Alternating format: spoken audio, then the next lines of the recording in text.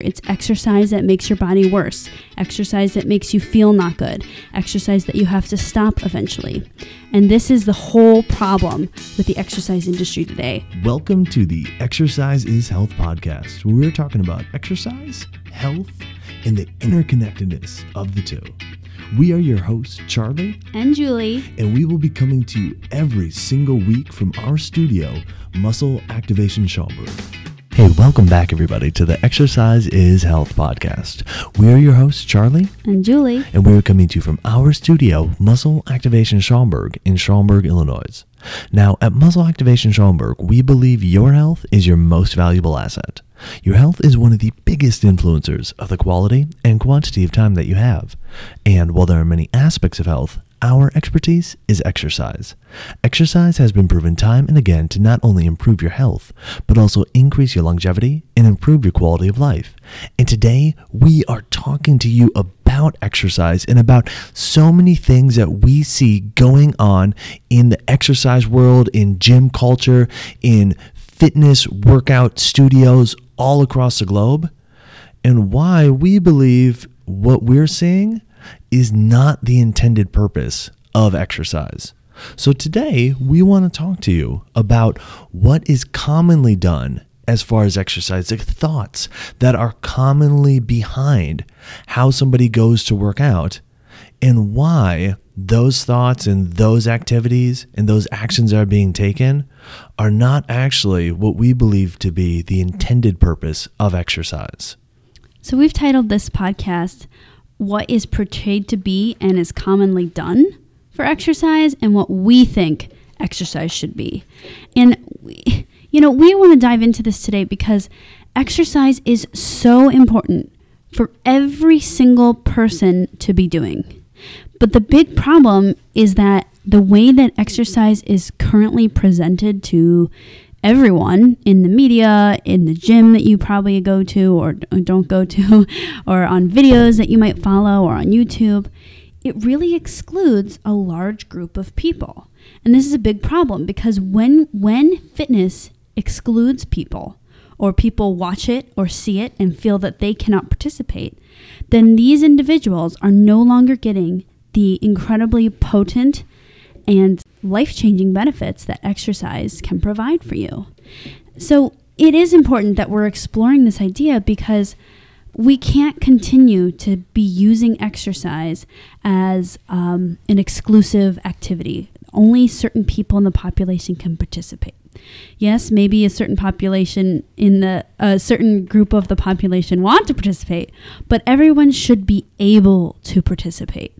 You know, Charlie and I always say that exercise is not something that you should have to retire from.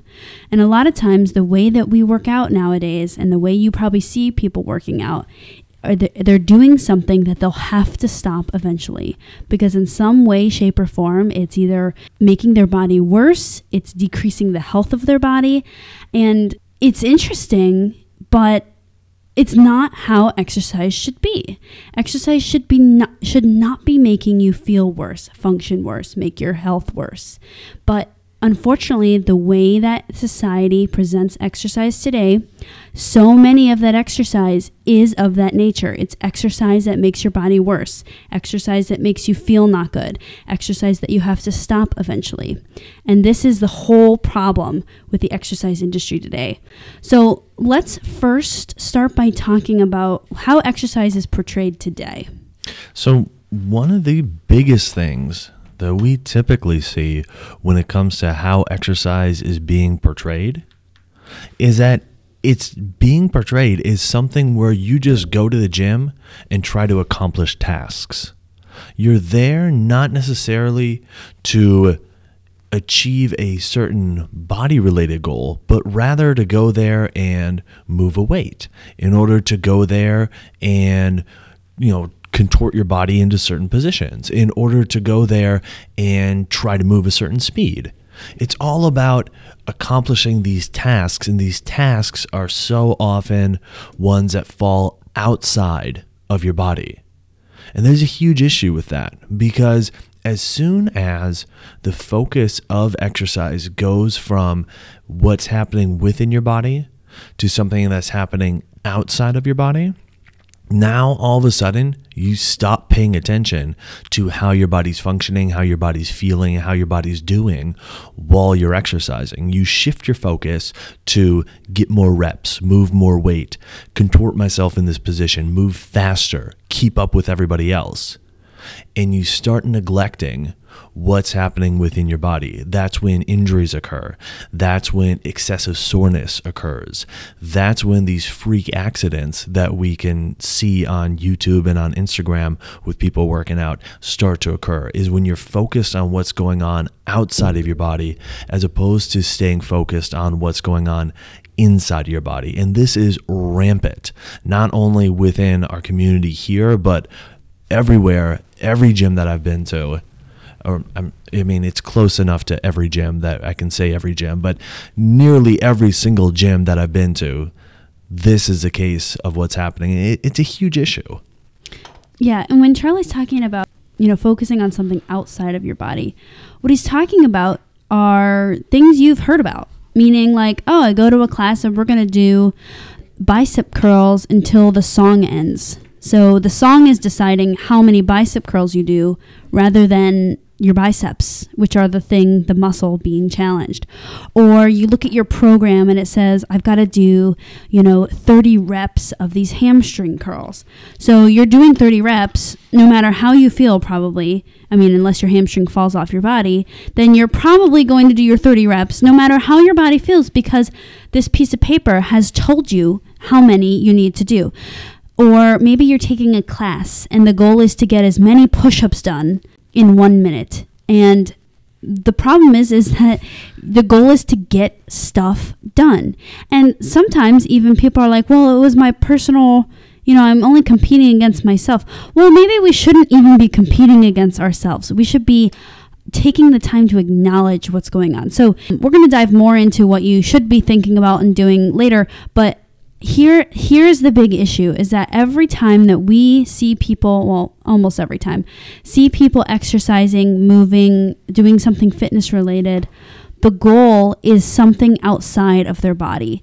And I'm actually going to rephrase this. The main goal is something outside of their body, meaning the entire goal of being there is to get as many reps done, or try to do as many as you can in a minute, or trying to get the reps that the paper says, or trying to keep up with the class and make sure you do the exercise till the end of the song, because that's when you should change exercises. So we have to start taking this idea away from outside of the body, of external goals that are not inside of your body, meaning your muscles, your joints, your movements, your ability to move in a range of motion. And really, the entire gym industry right now is based off of that stuff. You can open up a women's health magazine and there'll be like, a 2-page little ad on how to get your butt lifted. And it says, 12 reps of these leg lifts. Okay, so since the magazine said 12 reps, now all people should do 12 reps.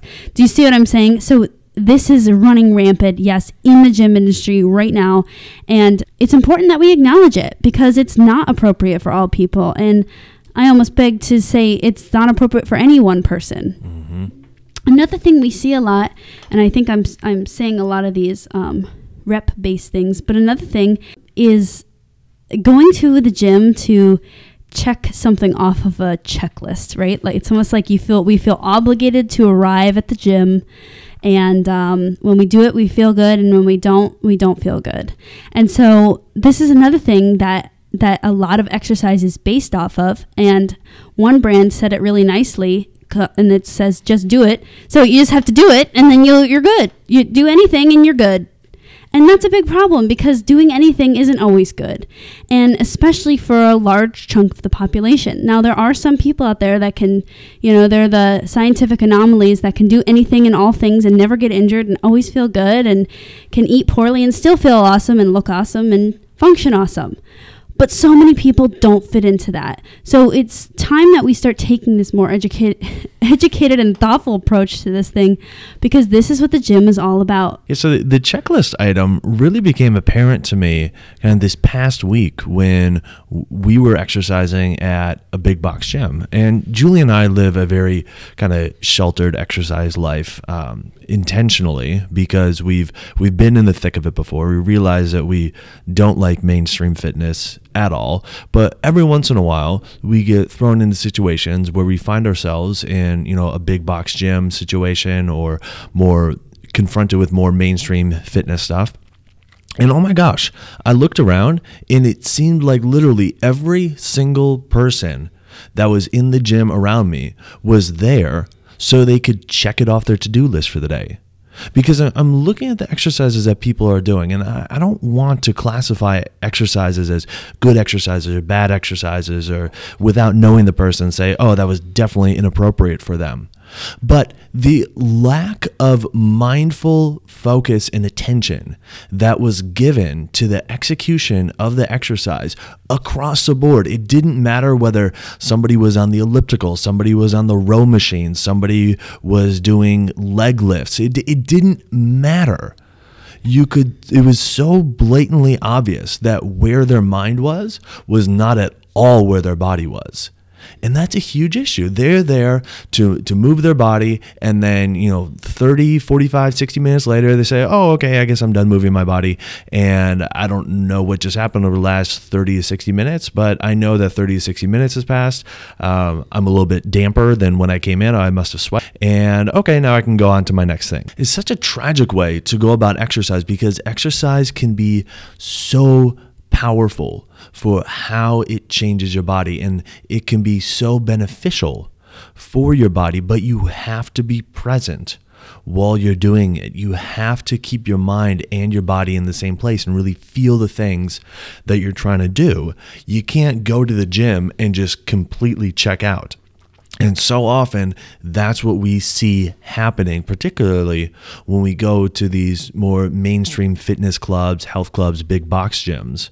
And it just seems like everybody is there to kind of check it off their to-do list. That's a huge issue.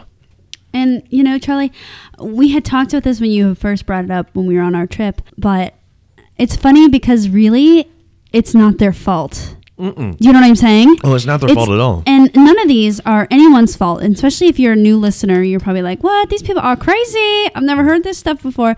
But here's the thing. Where do you learn fitness? I think I learned it from some high school athletic coaches. Mm-hmm. And then when I started going to the gym, I learned it from the other gym goers. Right.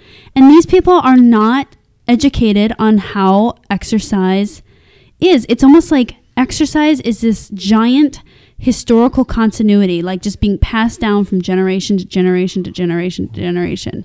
And there's so many aspects of fitness that fall into this: stretching, how to lift weights, how much time you should spend running. Like all these things are never re-questioned. It's always just like this passed down thing. So if you're listening to this and you think, well, I do that, that's okay. We're here to rethink things. But I think it's also important to say, like, every gym is going to have these checklist people. Mm-hmm. I just checked it off my to-do list today, and that might be you right now. Maybe you have a little bit of a more mindful approach, but it's what you've been taught. And until another idea is brought up, how are you going to know differently? You know what I'm saying? The next one we see a lot of is the guilt trip reducer.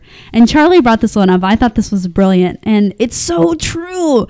And I saw the perfect social media post the other day to give you a great example of this. And the gal, she's a fitness chick, and she wrote, it was the day after Thanksgiving. She wrote, I ate like a jerk, so now I'm going to push myself like a jerk. And it's a picture and video of her doing her workout the next day. Clearly going crazy, overdoing it. Her body looked extremely fatigued. And this is really, really common because we use exercise as a justifier or a way to level the playing field with other actions that we've done. I remember last year I went to a group fitness class. I was also on a trip last year. I went to a group fitness class, and it was the day of Thanksgiving in the morning. And the whole class, the instructor was encouraging us and motivating us by talking about how many calories we're burning now so that we can then eat later. And it's just so interesting because all of these tactics are to reduce our guilt about other actions that we're going to do. And it's, again, so tragic that we think of it this way because exercise has this beautiful set of characteristics and properties that it can give to your body to promote its health. And when we focus on these poor things like calorie burn or, just pushing it to the limit or pushing our max, whatever, unnecessarily or without justification, it's almost like we're just doing it again to check off a list, but also to make ourselves feel better about ourselves. So this guilt reducer one is huge in the gym, and you've probably thought it a couple times because you've been taught that as well. Probably you've seen it in magazines or on social media, but you see it in the gym all the time. Yeah, there's really two major issues with the whole guilt reducing mindset. All right, the first issue is that you have to have done something that now you're guilty about that you need to reduce the guilt of. Okay, in other words, you either needed to have overeaten or will be overeating or did something to your body that you feel like, all right, I need to kind of set the course straight and I need to go, kill myself in the gym. I need to #crush it. I need to completely over exercise in order to, bring myself back to some level of normalcy. And so the first issue is, there was something that happened, okay? Now, the second issue is then how you're responding to that thing. And the idea being that, you're just going to burn so many more calories now in order to make up for all the calories you ate or all the calories you will be eating. Well, so now you're completely stressing your system not once, but twice. And what we see is when people's system is already stressed because of the food that they ate, because of the quantity or the quality of food or their food selection that they had, going and working out really hard is actually a horrific idea because their system is already so stressed from the initial degradation of it by the poor food choices. Trying to make up for that by going and just pushing your body to its limit in the gym is not doing yourself any favors. So, the thing to keep in mind is that if you go and you know that you're going to be eating a whole bunch, or if you did eat a whole bunch, the thing to do is not to go and try to overwork your body now by burning a whole bunch of calories in the gym, but rather give your body the time it needs to rest and recover so that when you can ease back into exercise, it's ready to go and you're less likely to injure yourself. Because that's one of the most common things that we see and that we hear is that when people try to make up for what they did outside of the gym by pushing themselves really hard within the gym, that's when we see very commonly people get injured, people get tweaked. These little things that didn't seem to show up before all of a sudden are showing up in their back and their knees and their shoulders and throughout the rest of their body as well. So again, we bring up these issues because this is what's commonly portrayed and done in the gym. And the biggest issue is that it drives a huge amount of the population away from the gym. And it would be cool to find the stat on how many people actually regularly exercise. But I remember thinking like, most people exercise, most people are healthy. And then I was at a business lunch last year and the woman was talking about setting goals and blah, blah, blah. And she asked the question, who in here regularly exercises? And she was not a personal trainer or a fitness person, but she was talking about, just taking care of your health. And I was shocked at how many people raise their hand. It blew my mind because I thought, most of the people in the room know that exercise is healthy for them and know that they should be doing it and that, it'll keep them strong and able to do the things they want to do. I was shocked that I was like one of 5 women in a room of like 60 women that raised their hand saying that we regularly exercise. So there's something hugely wrong with the gym industry, and we're going to hopefully maybe tap into a little piece of this. So let's jump into it. What should exercise be? So we talked about all the shouldn'ts, but here's the thing. Exercise should be a time in your day, in your week, in your life that you spend doing something to your body or with your body that promotes its health and well-being physically. So something that helps your body act and perform in a way that supports your lifestyle. So sometimes this does include getting some tasks done. But as I said before, the whole goal is not to get the tasks done. The goal, again, is activities or a grouping of activities or things that help your body perform its best physically. Yeah, Julie, I really liked what you brought up there about the idea of exercise should be something that helps build your health, should be something that helps improve the function of your body, like actually helps to improve the function of your body, not just as a label that's thrown on a series of exercises where you're saying, okay, these exercises are functional or these exercises look like a golf swing or something like that, but exercise that actually truly objectively improves how your body functions. That's what, in I believe our opinion, exercise should be about, with the goal being to help you continue to do the things that you enjoy doing most. Like, what better gift is there than that, than to take the things that you enjoy doing most in life and be able to continue to do those things for as long as you want to do them and as much as you want to do them. From a quality of life perspective, that is huge. But unfortunately, so often exercise is not presented in that manner. And even though I believe a lot of people, while they're working out, are under the impression and hold the belief that while they're exercising, they're improving their health. And while they're exercising, they're improving the function of their body. The reality is it's highly unlikely that that's happening. Reason being is because so many people are getting injured from their exercise. So many people are dropping out from exercise. I had a conversation with a gentleman today. He said, yeah, my wife and I used to go work out at insert name a studio, okay? And he said, we liked it, but then I got hurt and then she got hurt, and so we kind of stopped going. And it's tragic because, well, especially this place that promotes itself as, trying to help people exercise, to improve their health or whatever. It's like, if people are getting hurt doing your thing, that's the exact opposite of exercising to improve your health. But that's what is typically offered to the exercise consumers, to the general public, is, all right, this is exercise. Exercise is something you either fit into or you don't. If you do fit into it, awesome. Do it just like we're doing it. And if you don't fit into it, well, best of luck, try harder.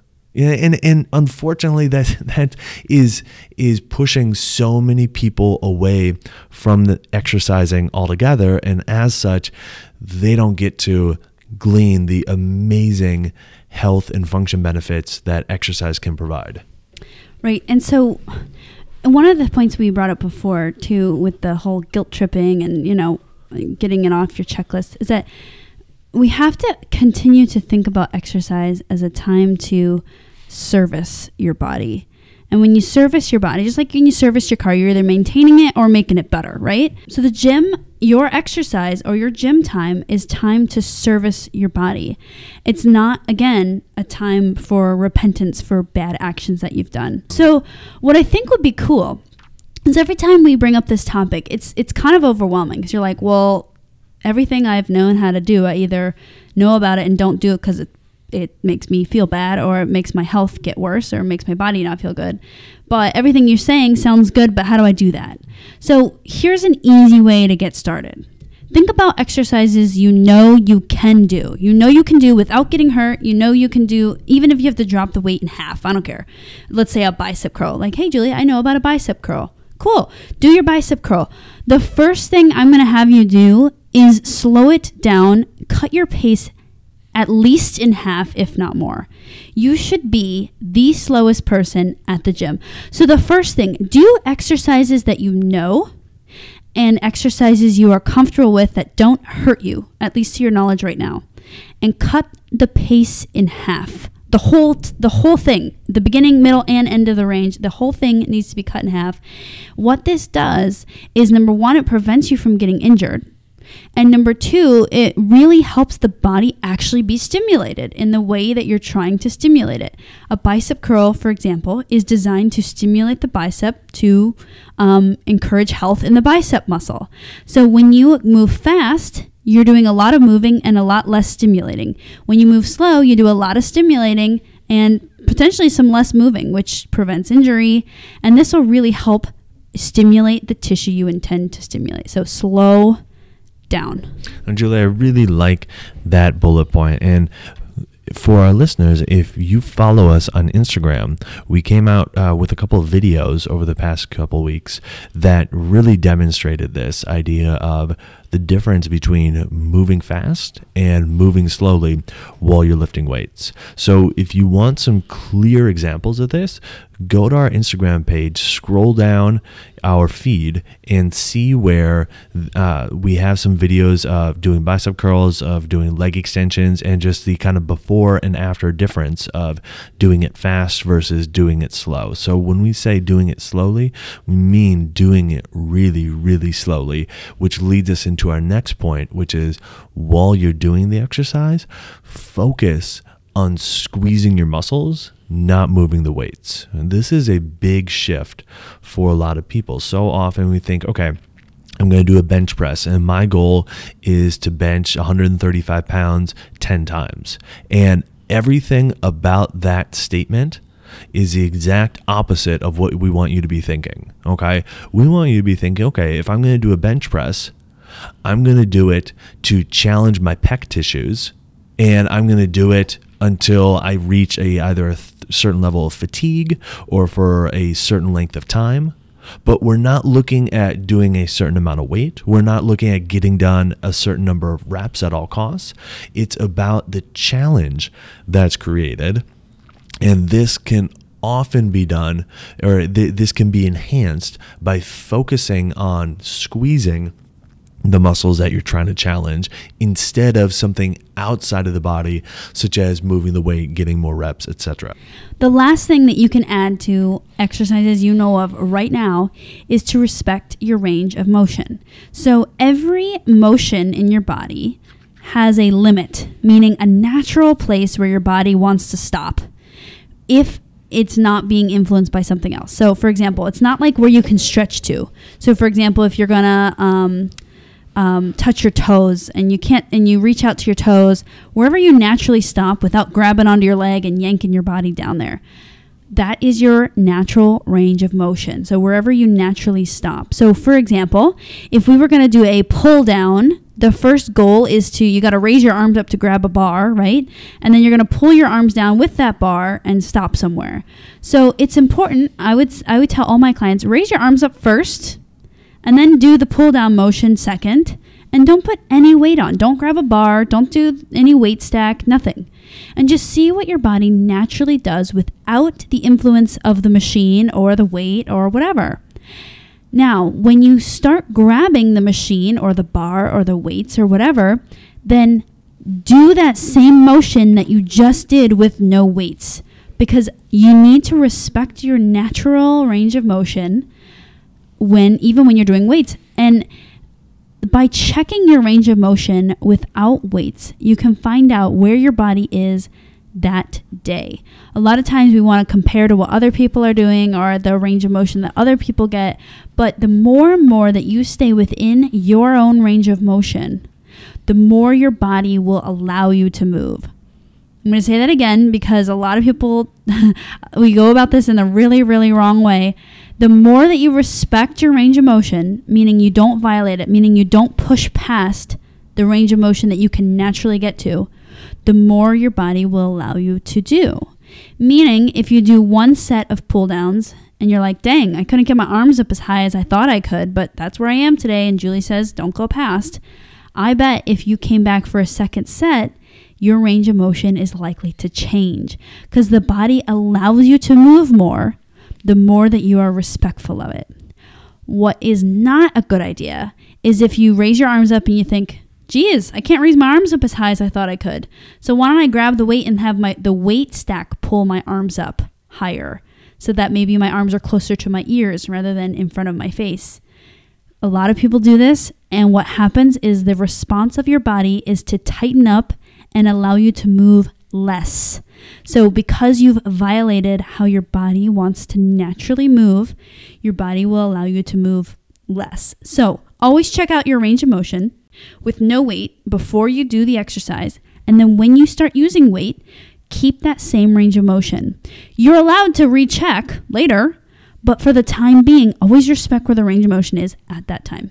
So if you're looking around at the fitness industry and you're like, I don't like the way this looks, I don't like the way it feels, it doesn't make my body feel good, and so because of that, I just need to stop exercising.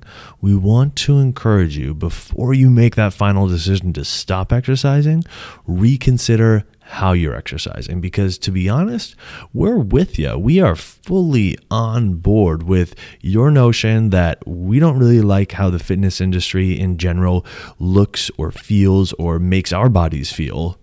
But that's not the only way to exercise. And so often people believe that how they see exercise being done around them is either the only way to exercise or the best way to exercise or the most effective way to exercise. And we would have to adamantly disagree that that's just flat out not the case. So if you are holding that belief as well, make sure that when you go to the gym, or if you're going to work out at home, wherever you're doing exercise, you're focusing on moving slowly. You're focusing on squeezing your muscles. And you are respecting the range of motion that your body has today. You're not trying to force it. You're not trying to force reps. You're not trying to force weight or force speed. You are respecting what your body is capable of today. And that will help you build your health, help improve your function through exercise so you can continue to do the things that you enjoy most. Now, here's the thing. If you're thinking, okay, that sounds great, that all sounds wonderful, but I have no idea what to do, don't worry, we got you covered. See, we just rolled out this awesome new program called the Virtual Membership Program.